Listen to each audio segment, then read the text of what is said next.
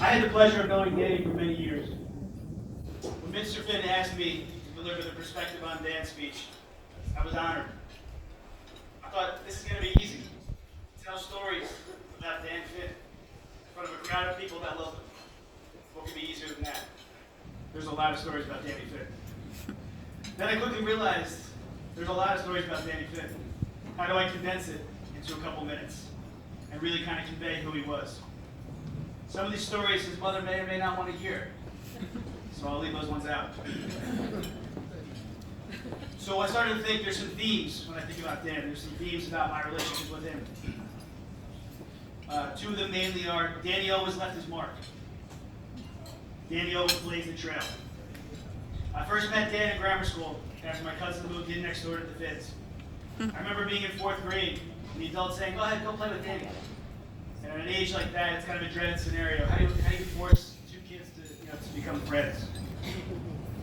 But Danny was easy to get along with. He had a smile ear to ear.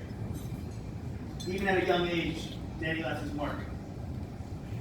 Perhaps my first insight to Dan's true personality would come later on, though, just before high school. A group of friends and I would trek miles from Kearney into North Arlington. We saw a basketball game. We found one. We might have also been looking for some trouble and maybe meet some new girls, but we found the basketball game. We ended up playing Danny and some of his friends at a playground nearby his house. I had a relationship with him, so I kind of knew him a bit. The game, as I recall, was epic, but my team came out in the losing end. For once, the North Arlington kids had prevailed. I'll never forget Danny diving for a loose ball on the blacktop. Of course. Like it was the county final. His determination and drive were unparalleled even at a young age. Skinned, knees, and bruised, Danny left his mark. Later in high school, we were teammates on the soccer team. Now, prep soccer has a long tradition of strong, tough defense and hard work. But Danny, he was the embodiment of both of those. My senior year, Dan and I partnered in central defense. That year we had a younger team. We had a few new guys in the back, including a sophomore goalie. But we were a tight unit. I remember early in the season playing Union City, kind of our first true test. They had 5-0, I think, at the point, and they had a kid who had scored 15 goals. We asked around, no one knew this kid. Who was this kid? Did he play last year? Where was he from? We didn't know. So it turned out he had come off the boat. Being from Kearney, I'm totally familiar with soccer players coming off the boat. The only difference was a little bit unconventional.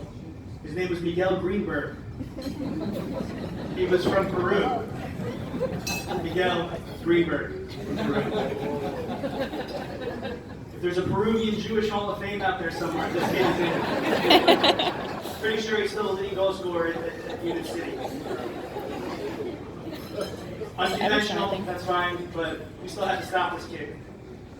I remember turning to Dan and saying, we got to make it tough for him. We got to make it really tough. With that, Danny knew exactly what that meant. Every time this kid got the ball, Danny was all over. He didn't have any time, he didn't have any space. We were in the game. They had a corner kick. Greenberg looked certain to score. Dan Finn came out of nowhere, sacrificed his body, left poor Greenberg in a heap. Knocked him out of the game, actually. Danny left his mark. Actually, he got stitched on the sideline, so Danny really left his mark.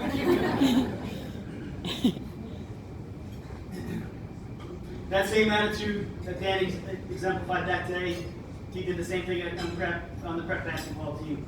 He had that same attitude in the classroom. He didn't just excel in the field and the classroom, though. He excelled in life.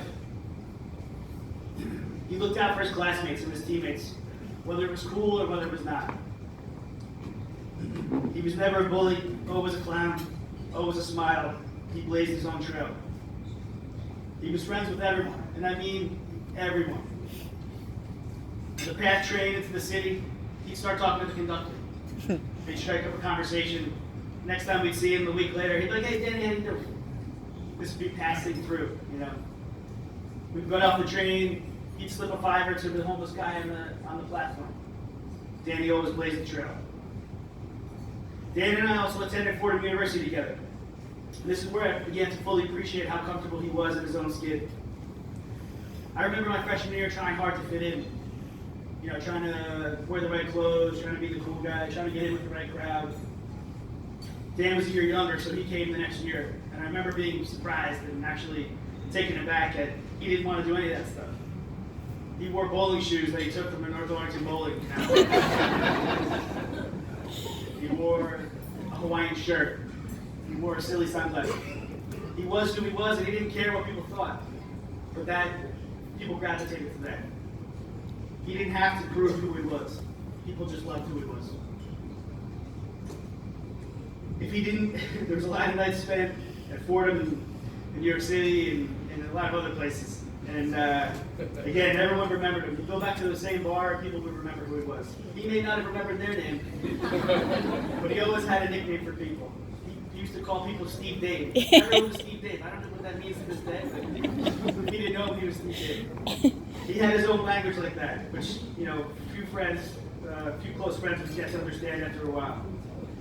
Again, Danny left his mark. Danny blazed the trail. So in this world of divisiveness, of picking sides, of being louder than your neighbor and stomping each other out, I kind of leave with this. You know, let's all be more like Dan. Let's be men and women for others. Let's leave your mark. Let's blaze our trail. Thank you.